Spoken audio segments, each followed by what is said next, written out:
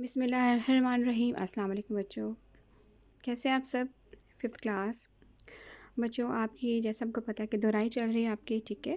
اور دہرائی میں آج آپ نے مضمون یاد کرنا ہے، ٹھیک ہے؟ اب مضمون کی طرف چلتے ہیں۔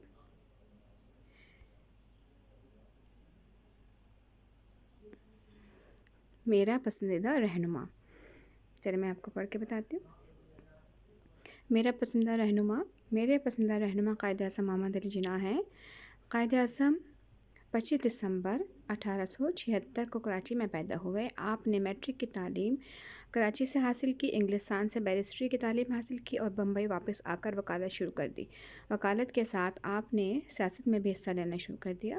ابتدا میں قائد اعظم محمد علی جناح کانگریس میں شامل ہوئے اور بعد میں آپ نے کانگریس سے علیحدگی اختیار کر لی اور مسلم لیگ میں شامل ہوئے اور مسلمانوں کو ان کے حقوق دلانے کے لیے جدوجہد کرنے لگے۔ آپ نے برصغیر کے مسلمانوں کو مسلم لیگ کے جھنڈے تلے جمع کیا اور انہیں یقین دلایا کہ مسلم لیگ ہی ان کے حقوق کا تحفظ کر سکتی ہے۔ مسلم لیگ کی قیادت سنبھالنے کے بعد مسلم لیگ کو مضبوط جماعت بنایا اور مسلمانوں کے حقوق کے لیے انگریزوں اور ہندوؤں سے زبردست جنگ لڑی۔ 1940 میں آپ کی قیادت میں مسلم لیگ کے سالانہ اجلاس میں مسلمانوں کے الگ وطن کی قرارداد پیش کی گئی اور آپ کی انتھک کوشش اور محنت کے بعد 14 اگست 1947 کو پاکستان وجود میں آیا۔ آپ نے نئے ملک کی تعمیر و ترقی کے لیے دن رات کام کیا، جس سے آپ کی صحت خراب ہو گئی اور آپ 11 ستمبر 1948 کو وفات پا گئے۔ آپ کا مزار کراچی میں ہے۔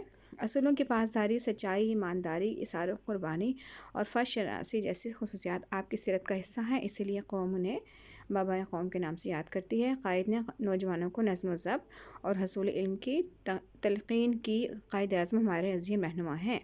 نگاہ بلند، سخن دلنوز، جاں پرسوز، یہی ہے رخت سفر میر کارواں کے لیے۔